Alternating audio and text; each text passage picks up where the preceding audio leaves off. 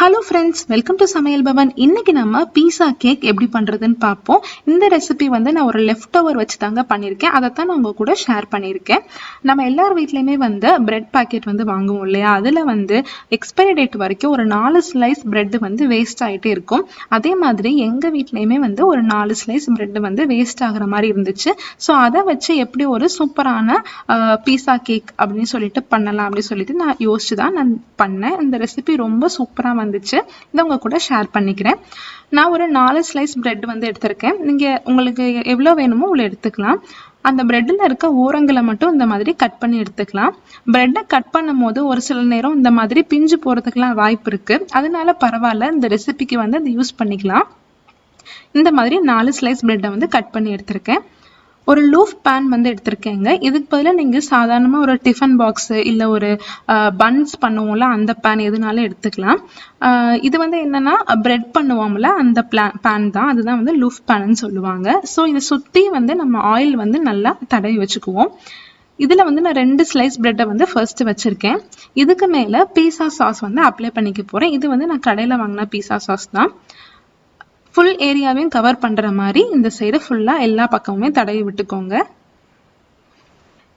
போன தடவை வாங்கின சீஸ் வந்து இந்த ஸ்லைஸ் சீஸ் வந்து மிச்சமாயிருச்சு. ஸோ அதை தான் வந்து நான் இதில் வந்து யூஸ் பண்ணியிருக்கேன். சின்ன சின்னதாக கட் பண்ணி இந்த மாதிரி வச்சிட்ருக்கேன் அங்கங்கே. இதுக்கு பதிலாக நீங்கள் வேறு ஏதாவது சீஸ் வச்சுருந்தீங்கன்னா எதுனாலும் யூஸ் பண்ணிக்கலாம். மோஸ்ட்ரலா பிளாக் சீஸ் எதுனாலும் யூஸ் பண்ணிக்கோங்க.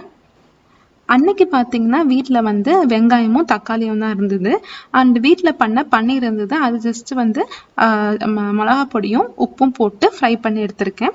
இதை எல்லாத்தையுமே இதுக்கு மேலே வந்து நான் வச்சுக்க போகிறேன். நமக்கு எந்த அளவுக்கு ஸ்டஃபிங் வேணுமோ அந்த அளவுக்கு வச்சுக்கலாம். இதுக்கு பதிலாக கேப்சிகம், ஸ்வீட் கார்ன், மஷ்ரூம் எதுனாலும் வச்சுக்கோங்க. அங்கங்கே நம்ம பீஸாக்கு வைப்போல அதே மாதிரி தான் அப்படி வச்சுக்கோங்க. பன்னீர் எல்லாத்தையுமே நான் அந்த மாதிரி வச்சுட்டேன். இதுக்கு மேலே பார்த்தீங்கன்னா நம்ம பீஸா சீசனிங் வந்து ஆட் பண்ணியிருக்கேன். இந்த பீஸா சீசனிங் வந்து எல்லா சூப்பர் மார்க்கெட்லேயுமே கிடைக்கிது. இதில் ஓரிகானோ, அந்த மிக்சட் ஹெர்ப்ஸ் எல்லாமே வந்து சேர்த்துருப்பாங்க. இதுக்கு மேலே நம்ம பிரெட் வந்து ஒரு மாதிரி கட்டாச்சு இல்லையா, அந்த பிரெட்டை வந்து நான் மேலே வச்சு கவர் பண்ணிட்டேன். இந்த பிரெட்டெல்லாம் வந்து பிஞ்சிருந்தாலும் பரவாயில்லன்னு சொன்னேன்ல, ஏன்னா நம்ம சீஸ் போட்டு தான் கவர் பண்ண போகிறோம். அதனால ஒன்றும் ப்ராப்ளம் கிடையாது.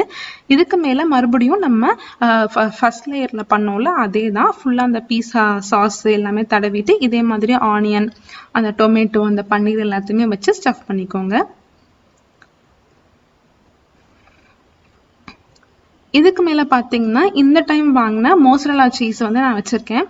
இதில் வந்து மோசரலாவும் செடாரும் சேர்த்து மிக்ஸ் பண்ணி அவங்களே குட்டி குட்டியாக டைஸ் பண்ணி பாக்கெட்டில் போட்டு வச்சுருப்பாங்க. நம்ம ஜஸ்ட்டு வந்து அதை எடுத்து இந்த மாதிரி தூவி மட்டும் விட்டால் போதும், மேலே செட் பண்ணால் போதும். உங்களுக்கு எவ்வளோ சீஸ் வேணுமோ அவ்வளோ போட்டுக்கோங்க. எந்த சீஸ்னாலும் போட்டுக்கோங்க. என்ன மாதிரி ஸ்டஃபிங்னாலும் பண்ணிக்கோங்க. ரொம்ப சூப்பராக இருக்கும்.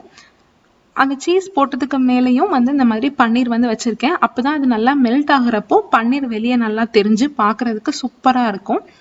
இதுக்கு மேலே மறுபடியும் நான் அந்த பீஸா சீசனிங் வந்து ஆட் பண்ணியிருக்கேன். இதை நான் இன்னைக்கு ஓவனில் தான் வந்து பேக் பண்ணி எடுக்க போகிறேன்.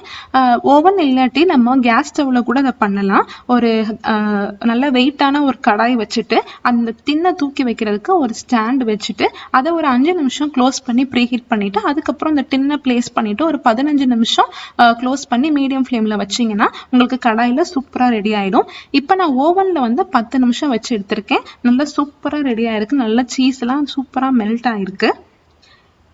நம்ம வந்து இந்த டின்ல அடியில் ஆயில் அப்ளை பண்ணோம்ல, அதனால அடியில் இருக்க பிரெட் வந்து நல்லா கிறிஸ்பியாக இருக்கும்.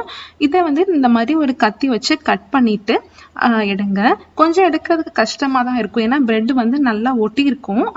ஏன்னா எடுத்தா டக்குன்னு வந்துடும். பாருங்க எவ்வளோ சூப்பராக வந்துருச்சுன்னு. அடியில் இருக்க பிரெட் நல்லா கிறிஸ்பியாக இருக்கும், மேலே இருக்க பிரெட் நல்லா சீஸியாக இருக்கும். நம்ம மோசரலாவும் செடரும் சேர்ந்து இந்த அளவுக்கு சீஸியாக வந்திருக்கு. ஸோ அவ்வளோதான் ஃப்ரெண்ட்ஸ். இந்த பீஸா வந்து நான் எக்ஸ்பெக்ட் பண்ணதை விட ரொம்ப சூப்பராக வந்திருக்கு. அண்ட் இந்த ஒரு ஸ்லைஸே வந்து அவ்வளோ ஃபில்லிங்காக இருந்துச்சு. இந்த ரெசிபியை நீங்கள் கண்டிப்பாக ட்ரை பண்ணி பார்த்துட்டு எப்படி இருந்துச்சுன்னு எனக்கு கமெண்ட்டில் சொல்லுங்கள்.